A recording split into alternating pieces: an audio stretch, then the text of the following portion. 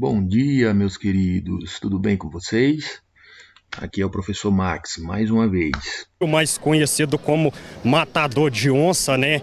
É a verdade, não minto. Hoje nós vamos falar sobre dimensões e unidades. Essa aula também já foi ministrada, né? De forma presencial, mas vamos explicar novamente. Espero que vocês consigam compreender. Bom, aqui a gente começa falando sobre a diferença das dimensões e das unidades, né? Como eu trouxe, as dimensões elas caracterizam as quantidades físicas, como por exemplo a massa, o comprimento, o tempo e a temperatura. Essas são as dimensões básicas, né? E as unidades, que são as grandezas designadas para as dimensões. Por exemplo, para a massa, nós temos como exemplo de unidade o quilo, o slug e o libra-massa. A gente vai estudar, vai falar um pouquinho sobre cada um deles, né? Comprimento, a gente tem como exemplo de unidades o metro, o pé e a polegada, certo? O que é importante a gente tirar desse primeiro slide? É que existem as dimensões primárias e existem as dimensões secundárias. As dimensões secundárias são aquelas que são formadas a partir de dimensões primárias, por exemplo, a velocidade. Na velocidade, eu tenho aqui a dimensão de comprimento e a dimensão de tempo, ou seja, eu tenho duas dimensões, né, que juntas elas vão me dar uma outra dimensão, que é a que a gente chama de dimensão secundária. Nós temos o volume, nós temos a energia, ok? Bom, então, como eu falei para vocês, na mecânica dos fluidos nós vamos estudar dois tipos de sistema, né, de dimensões, utilizando três dimensões básicas cada um. Nesse primeiro, nós teremos como dimensões básicas, né, esse conjunto de dimensões básicas, a massa, o comprimento e o tempo. Já no segundo caso, a gente vai trabalhar como dimensão básica a força, o comprimento e o tempo. Percebam que nesse primeiro caso a gente vai trabalhar a massa como um sistema ou como uma unidade básica, e no segundo caso a gente vai estudar a força como uma unidade básica, ok? Então, se a gente lembrar aqui dessa equaçãozinha que todo mundo já conhece lá do ensino médio, força é igual a massa vezes aceleração, segundo a lei de Newton, né? Se nós substituirmos a massa e a aceleração pelos seus sistemas de dimensão, pelas suas dimensões, nós temos que a força é dada por isso daqui, ó. O m, que é a massa, o L, que é o comprimento, e o T, que é o tempo, né? Esse tempo, nesse caso aqui, seria o tempo elevado a menos 2, né? Bom, o que é importante a gente saber são justamente os sistemas de dimensões, que são os mais comuns da mecânica dos fluidos e que a gente vai estudar. Nós vamos estudar o primeiro que todo mundo já conhece, que é o sistema internacional, né? Nós vamos estudar o sistema britânico e nós vamos estudar o sistema inglês. Professor, o que é que tem de diferente entre esses sistemas para eu poder estudar? Vamos lá, isso aqui que é importante. No sistema internacional, que vocês conseguem ver, no sistema internacional a gente tem como as unidades ou como as dimensões primárias a massa, o comprimento, o tempo e a temperatura. Ou seja, no sistema internacional, a massa, o comprimento, o tempo e a temperatura, eles são unidades básicas. Beleza, professor. Vamos para o próximo, sistema britânico. No sistema britânico, eu já não tenho a massa como um sistema ou como uma dimensão primária. Eu tenho, no lugar da massa, eu tenho a força. Então, nós temos como dimensões primárias a força, o comprimento, o tempo e a temperatura. E isso aqui é o sistema britânico.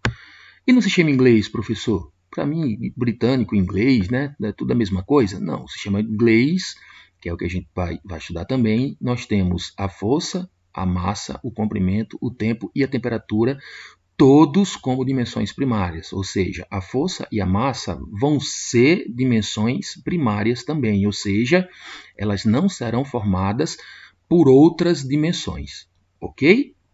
Vamos para frente. Por que é importante a gente estudar esse sistema de dimensões? Justamente por causa da homogeneidade dimensional. Aqui a gente traz justamente por que é importante essa homogeneidade dimensional. todas as equações que descrevem fenômenos físicos são dimensionalmente homogêneas. O que é que significa isso? Vamos vir aqui para essa equação, que é a equaçãozinha que a gente conhece também lá da física, né? Da velocidade de um corpo uniformemente acelerado.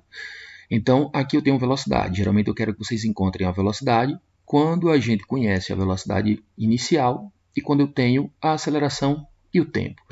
Então, a gente já sabe que a velocidade, ela é... Aqui a gente está trazendo as dimensões, mas eu já vou tratar diretamente com as unidades, assim como eu gosto de fazer, e de preferência com o sistema internacional, que é um sistema que a gente está acostumado a trabalhar. Então, eu já sei que a velocidade ela é metro por segundo. Então, se ela é metro por segundo, essa velocidade, a minha velocidade inicial também tem que ser metro por segundo. E esse produto aqui da aceleração pelo tempo também tem que ser metro por segundo. Porque se isso aqui, por exemplo, não der metro por segundo, eu não tenho como somar os dois. Então, a gente teria, nessa situação aqui, uma situação em que a minha equação ela não seria homogênea dimensionalmente. Então, eu preciso ter cuidado. Aqui a gente tem um outro exemplo, aqui embaixo. Aqui é uma distância percorrida por um corpo que cai em queda livre. Eu sei que essa distância é dada pelo Dzinho, e se a distância é comprimento, ela é dada por 4,9 vezes tempo ao quadrado. Percebam, esse 4,9 aqui ele é uma constante, né?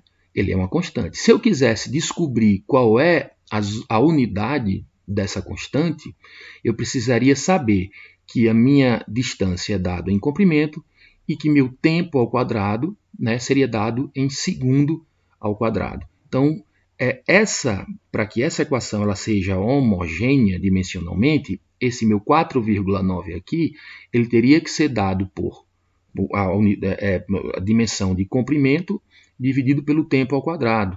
Ou seja, seria uma unidade de aceleração, né? Comprimento metro, tempo segundo, metro por segundo ao quadrado. Isso aqui seria uma aceleração. Ok? Então é importante a gente estudar isso para a questão da homogeneidade dimensional, para evitar que a gente erre. Por isso que eu sempre falo em sala de aula e vou repetir por aqui. É importante que a gente utilize as unidades quando for resolver as questões, né, para evitar que a gente esqueça alguma unidade ou que coloque alguma unidade errada e lá no final a gente coloque um valor, ache que isso vai estar correto, mas na verdade não vai estar. Então precisa ter muito cuidado com relação a isso, ok? Bom, vamos falar um pouquinho sobre cada sistema de unidade e a gente começa com o sistema internacional, né? Esse sistema internacional todo mundo já conhece, mas eu vou relembrar para vocês. Ele é composto por essas dimensões primárias: massa, comprimento, tempo e temperatura. Essa dimensão de massa, no sistema internacional, ela tem um nome, e o nome que foi dado para ela foi de quilo. Já o comprimento tem um nome também, foi dado o nome de metro.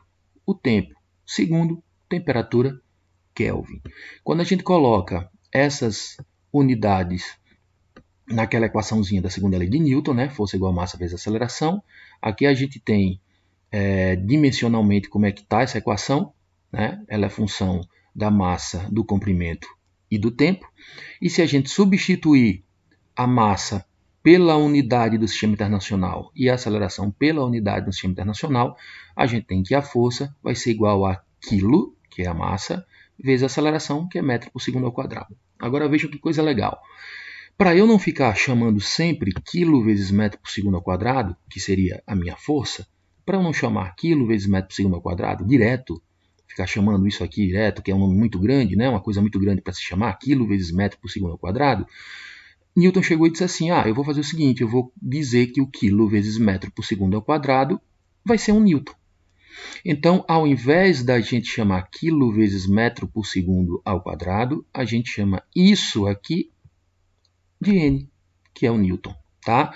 Então, disso aqui, dessa informação que eu passei para vocês, a gente pode tirar que esse Newton aqui, ou essa força, né, esse Newton, na verdade, ele é uma unidade secundária. Por quê? Porque ela é composta de várias unidades primárias, o quilo, o metro e o segundo. Então, o N, que é o Newton, ela é uma unidade secundária. E ela é uma unidade secundária justamente porque ela é composta pelo quilo, pelo metro e pelo segundo ao quadrado.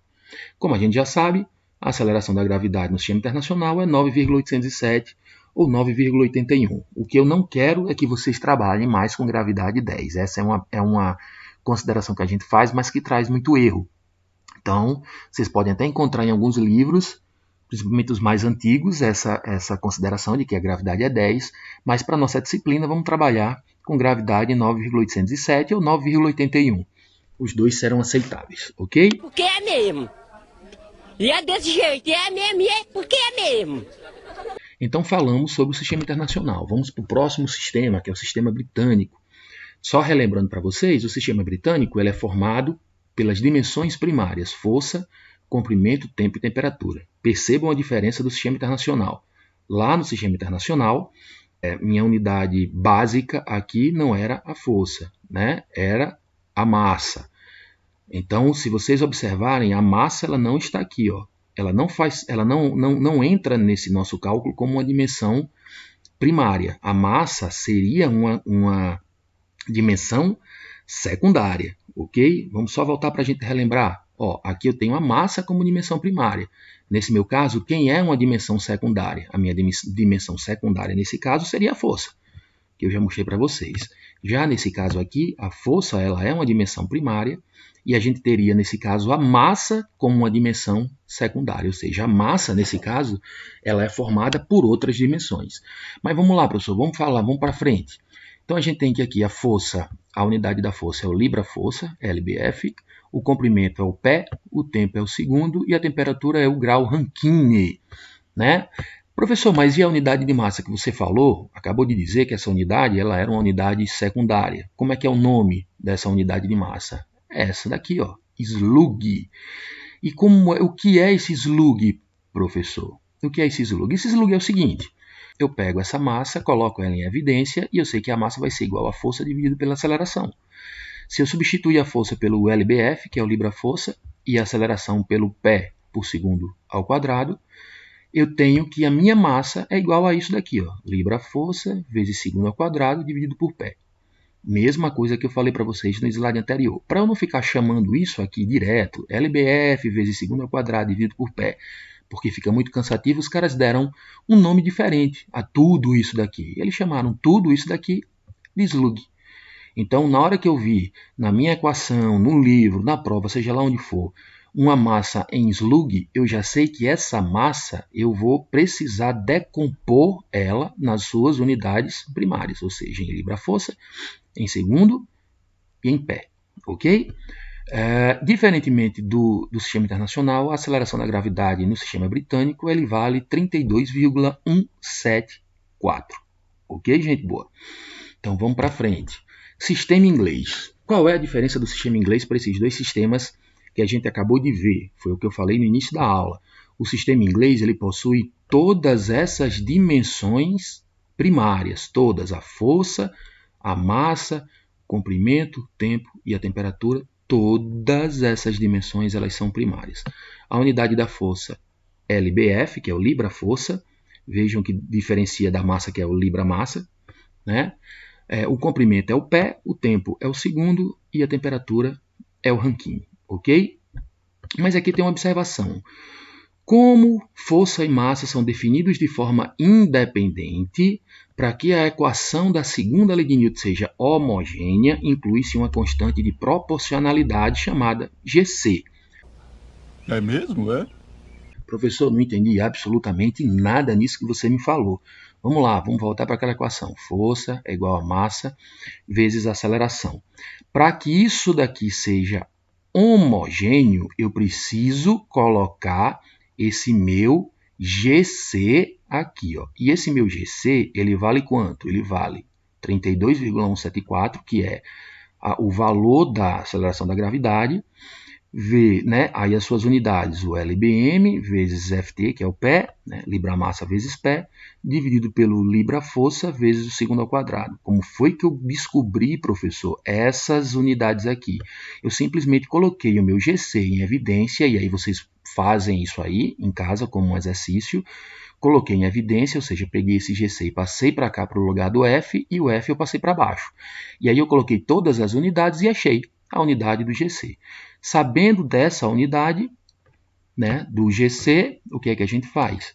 a gente substitui, ó, esse valor das unidades do GC aqui embaixo, igual como eu fiz aqui na aula, ó, no lugar do GC, eu substituo pelas unidades, para a gente ver qual é o valor que vai dar. Ó, substituindo pelas unidades, certo? Na equação da segunda lei de Newton, né?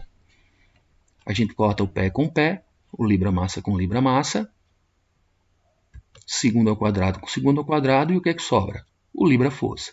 Então, eu sei que a força ela vai ser LBF, vai ser dado pelo libra-força, ok? Por que é importante, professor, a gente trabalhar ou a gente saber que precisa colocar na equação esse GC? Porque se a gente não colocasse na equação o GC, voltando para cá, para vocês darem uma observada, se eu não colocasse esse GC aqui e eu fosse substituir as unidades, qual é que ia ser a unidade da minha força? Vamos lá, vamos imaginar. Vamos substituir a massa pelo libra-massa, né? E a aceleração pelo pé por segundo ao quadrado. Então, a minha força seria libra-massa vezes pé por segundo ao quadrado. Mas percebam, na hora que a minha força ela é composta por várias unidades primárias, eu estou afirmando que ela é uma unidade secundária. Certo? Ah, beleza, professor, tudo bem, vamos lá. Se eu substituir a massa pelo libra-massa e eu substituir a aceleração pelo pé por segundo ao quadrado, eu vou ter várias unidades primárias formando a força. Ah, beleza, isso aí eu entendi, tranquilo, sem problema nenhum. Mas aí, gente boa, o que é que foi que eu falei antes? Eu falei para vocês que a força ela era uma dimensão básica, ela não era uma dimensão secundária, uma unidade secundária. Ela não pode ser formada por mais de uma unidade. A força, ela é simplesmente LBF. Simplesmente o LBF. Ela não é pé, aliás, ela não é o LBM, né, que é o libra-massa, vezes pé por segundo ao quadrado. Ela simplesmente é o LBF. E a única forma da gente conseguir fazer com que essa unidade de LBF, né, de libra-força, apareça nessa equação é dividindo essa equação por um fator ou por uma constante de proporcionalidade e fazer tudo o que a gente fez até agora para ter a certeza de que a força era igual ao LBF. Tudo jóia? Espero que vocês tenham conseguido entender isso. Se não entenderam, já sabe, tem meu contato do WhatsApp e a gente vai se falando e a gente consegue tirar essas dúvidas, ok? No sistema inglês, a aceleração da gravidade também vale 32,174. Então é importante a gente saber disso para evitar, na hora de um exercício, a gente confundir e colocar 9,807 aqui. Certo? 32,174. Joinha? Vamos para frente. Bom, aqui a gente tem duas definições de propriedades de fluido, né?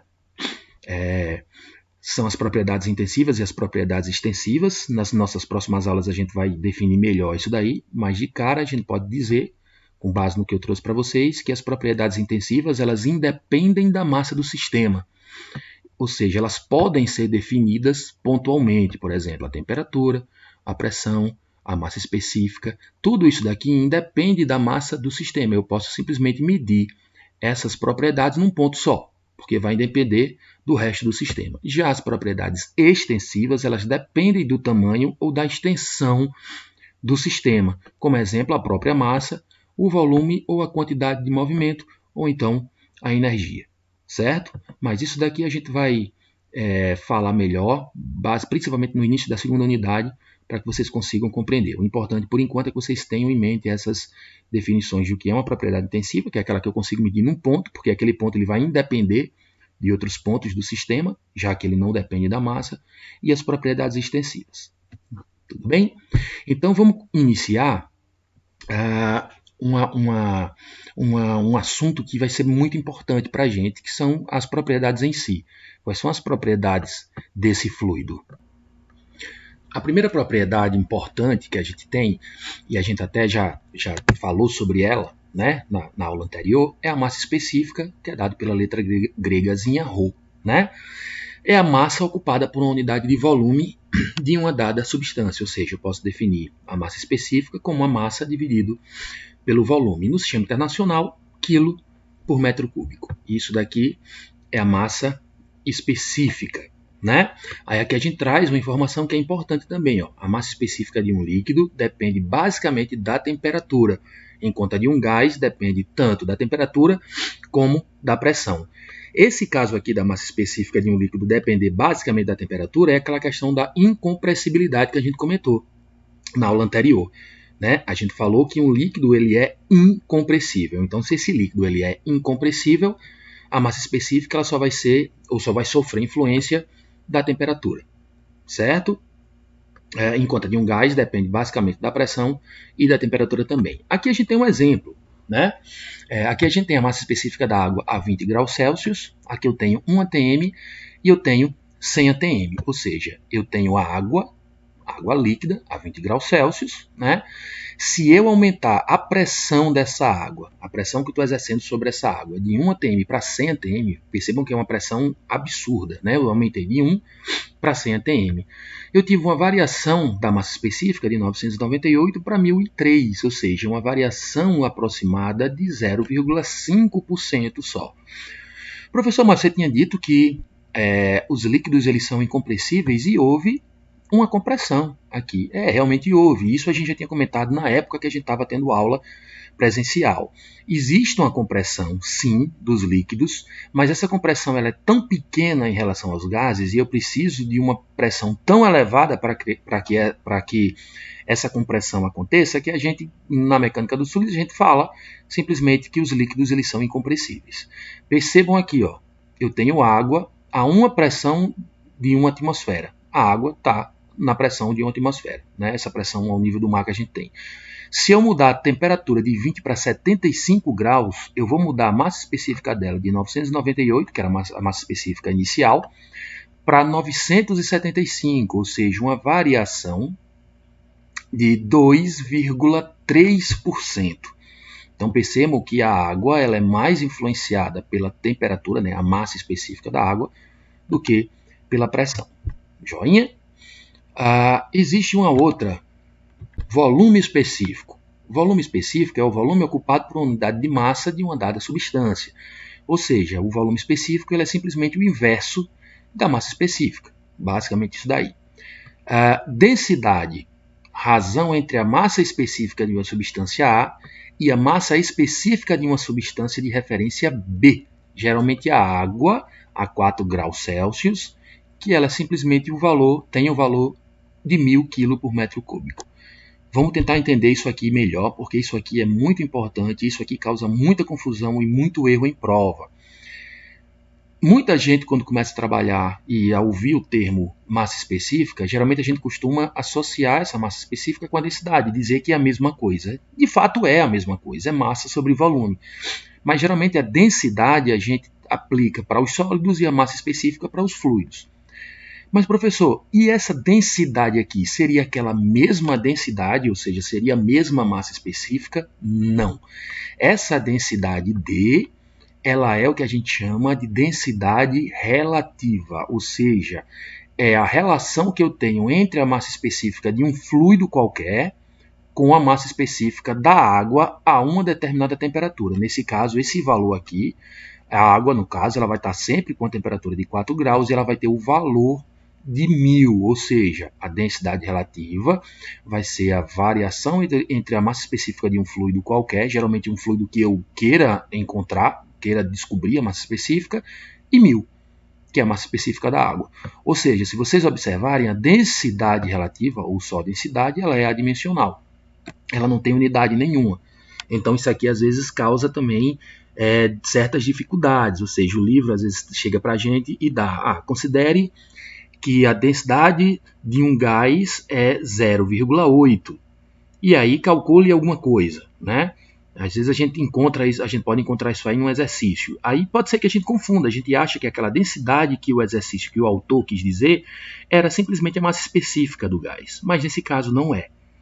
Mas, professor, então como é que eu sei que ele está tratando da densidade relativa e não da massa específica? Simples. Se ele trouxer as unidades, ele está tratando de uma massa específica. Se ele não traz as unidades, ele está tratando de uma densidade relativa. Nesse exemplo que eu falei para vocês, do gás de 0,8, percebam que eu falei assim, Considere que a densidade de um gás é 0,8, calcule alguma coisa. Ou seja, ele disse que a densidade era 0,8, ponto, não tinha unidade. Então, se não tinha unidade, ele estava tratando dessa densidade relativa aqui. Ó. Então, como é que eu faço para descobrir a massa específica realmente desse gás? É simples, a massa específica do gás vai ser 0,8 vezes quanto? Vezes 1000, ou seja, a massa específica desse gás do exemplo vai ser 800 kg por metro cúbico. Ok? Então, vamos precisar ter cuidado com isso para que a gente não confunda. Aqui a gente tem a densidade de algumas substâncias, né? A densidade da água é 1, é o valor unitário, até porque a própria água é a referência, né? A densidade do sangue ela é um pouco maior, 1,05, da água do mar 1,025, gasolina 0,7 e por aí vai. Né? Vejam o mercúrio, ó. O mercúrio 13,6 significa que o mercúrio é 13,6 vezes mais pesado do que a água, né? Por isso que ele é usado nas referências das pressões, e aí a gente vai ver isso aí mais lá na frente, tá bom? Essas são as densidades a uma temperatura 0 grau, certo? Vamos falar de outra propriedade, peso específico. Isso aqui também causa muita confusão. Peso específico, ele é definido como a massa específica vezes a gravidade. A gente viu que a massa específica ela era quilo por metro cúbico e o peso específico é newton por metro cúbico. Então preste atenção, eu já falei isso em sala de aula, isso confunde bastante os dois. Tem gente que chega na prova, acha que o que a gente forneceu de informação foi a massa específica e coloca o peso específico, e aí erra tudo.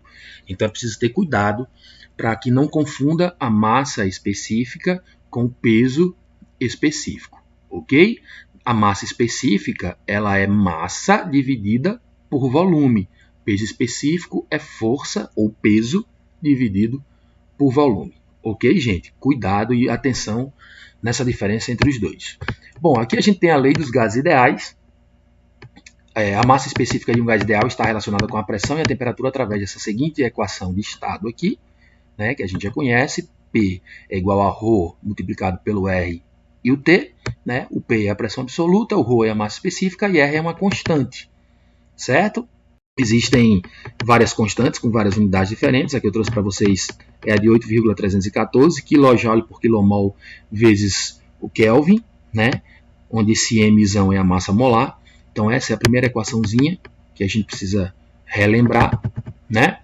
E uma relação importante que a gente também precisa saber é a relação entre as pressões, os volumes e as temperaturas de um gás ideal. Então a gente tem que pressão inicial vezes o volume inicial dividido pela temperatura inicial vai ser igual à pressão final multiplicado pelo volume final dividido pela temperatura final. P1 V1 T1 é igual a P2 V2 T2. Às vezes eu quero saber a pressão final de um gás, né?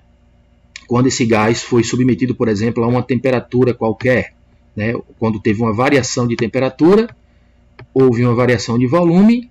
Se eu conhecia a pressão inicial, eu tenho como calcular a pressão final desse gás. A gente vai fazer exercícios que envolvem isso daqui, essa equação a gente vai fazer. Mas não é o forte do nosso curso, ok? Mas de qualquer forma é importante para que vocês relembrem e tenham noção dessa questão da lei dos gases ideais. Joinha? Bom, aqui nós temos um assunto também que é importante, principalmente para quem trabalha já com fluido escoando, né? Basicamente quando é água, certo? Que é a cavitação, ok? Essa cavitação, ela é, como eu já estou trazendo aqui para vocês, ó, certo? É a formação de bolhas de vapor num determinado líquido que está escoando dentro de uma tubulação, por exemplo. Isso seria a cavitação. Mas por que é importante a gente estudar a cavitação? Porque a cavitação ela é um fenômeno indesejado, ou seja, ou eu compro uma bomba específica para bombear líquidos, eu não quero que passe por essa bomba gases, ou então bolhas de vapor. Porque eu posso ter, na verdade, se passar eu vou ter variações bruscas de pressão, e essas variações bruscas de pressão, elas podem provocar rompimento na tubulação, elas podem causar vibrações, ruídos, avarias no equipamento, a minha bomba ela pode simplesmente danificar. Então a cavitação, antes da gente ir mais um pouco para frente, é importante a gente saber que a cavitação ela é um fenômeno indesejável, é a passagem dessas bolhas de vapor onde era para ser líquido. Então era para estar passando pela minha bomba apenas líquido, mas por causa de alguma coisa começou a passar vapor, ou então um gás qualquer que se desprendeu do líquido. E aí isso é o que a gente chama de cavitação e isso não é uma coisa legal. Mas vamos lá, para a gente entender o fenômeno da cavitação, ou por que é importante a gente estudar, ou a gente conhecer a cavitação, é interessante a gente saber o que é a pressão de vapor. Aqui, por definição, primeiro eu vou mostrar a definição para vocês, depois eu vou tentar fazer com que vocês consigam compreender melhor. Então, a pressão de vapor é a pressão exercida por um vapor quando este vapor está em equilíbrio com o líquido que lhe originou a uma dada temperatura. Professor, não entendi absolutamente nada. Vamos tentar fazer vocês entenderem? Vamos imaginar essa situação. Aqui eu tenho um recipiente com água, aqui estão as moléculas de água, né? As partículas de água, e eu preciso imaginar que, atuando sobre a superfície dessa água, eu tenho a pressão atmosférica. Essa pressão atmosférica, ela tem no sistema internacional 101,3 kPa, que equivale a 1 atm. Essa pressão que a gente tem aqui ao nível do mar, certo? Imagine que isso aqui seja água. Primeira coisa que a gente precisa saber, no equilíbrio, o que é que acontece quando eu tenho essa situação no equilíbrio, ou o equilíbrio líquido-vapor que a gente usa, ou que a gente estuda lá na termodinâmica. No equilíbrio, quando eu falo que esse sistema está em equilíbrio, significa o seguinte, que essas moléculas que antes estavam na forma líquida, as moléculas que estavam na forma líquida, elas passam para a forma gasosa, e ao mesmo tempo que elas passam para a forma gasosa, ou seja, na hora que elas se transformam em gás, isso aqui é o que é o meu vapor, aquele vapor que eu comentei com vocês, sendo que ao mesmo tempo que elas passam para a forma gasosa, elas voltam para a forma líquida de novo. Isso acontece por causa dessa pressão atmosférica aqui. Essa pressão ela empurra as moléculas de volta para o líquido. Então, ao mesmo tempo que eu tenho a passagem das moléculas da sua fase líquida para a sua fase vapor, eu tenho o contrário, a passagem, e isso ao mesmo tempo, a passagem das moléculas da fase vapor para a fase líquida, e isso fica no ciclo. As moléculas se transformam em gás e se transformam em líquido novamente. Isso aqui é o que a gente fala de equilíbrio. Isso aqui é que está em equilíbrio, ok? Mas aí vamos imaginar uma seguinte situação. Vamos imaginar, para que a gente consiga entender a pressão de vapor, que eu tenha água e essa água esteja a uma temperatura de 10 graus Celsius. Eu já sei que na temperatura de 10 graus Celsius a pressão de vapor ela é de 1,23 kPa. O que é que acontece? Vamos imaginar a seguinte situação. Na hora que eu coloco essa água aqui a uma temperatura de 10 graus Celsius, é como se eu fizesse essas moléculas passarem para a sua forma de gás ou para a sua forma de vapor com uma pressão de 1,23 kPa. Vamos imaginar, ao invés de pressão, para ficar mais fácil didaticamente, uma força. Vamos imaginar que seja uma força e não seja uma pressão. Vamos usar só os valores, mas vamos imaginar que seja uma força. Aqui também vamos imaginar que seja uma força.